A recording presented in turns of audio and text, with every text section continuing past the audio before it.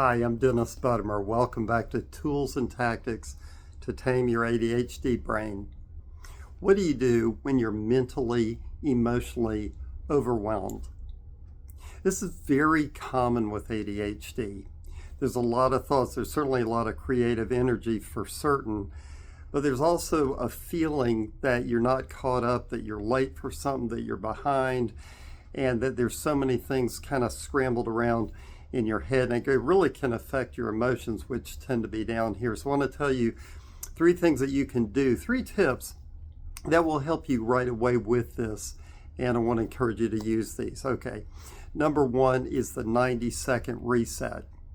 Know that emotions, which are energy and motion, typically peak at 90 seconds. That means about a minute and a half, if you sit with it and just interrupt it a little bit, it'll morph or move into something else. So do this, like take 3 deep, slow breaths, and as you do, just let your shoulders drop down a little bit. Now, additionally, you can name 5 things that you see. You know, that lamp, this sweater, this desk, that pen, that chair, that painting. When you do things like this, it interrupts that overwhelm and it begins to reset your nervous system. Just 90 seconds, only a minute and a half. Okay, number 2 tip is the 1-inch rule. 1 inch. And what I'm meaning by that is you want to shrink all of this stuff, all of these worries and concerns and pressures into 1 little inch, meaning 1 step. Now, this is a very close cousin to something I talked about on a previous video called the KISS rule, which you may have heard of, but we spin it a little bit different because we don't want to call ourselves stupid. Instead, it's keep it stupid simple. Stupid simple, meaning ridiculously simple. So you start the email, bam, you get that done. Or you go ahead and pick up the phone and make that quick call, or you write the thing, bam, and you got that done.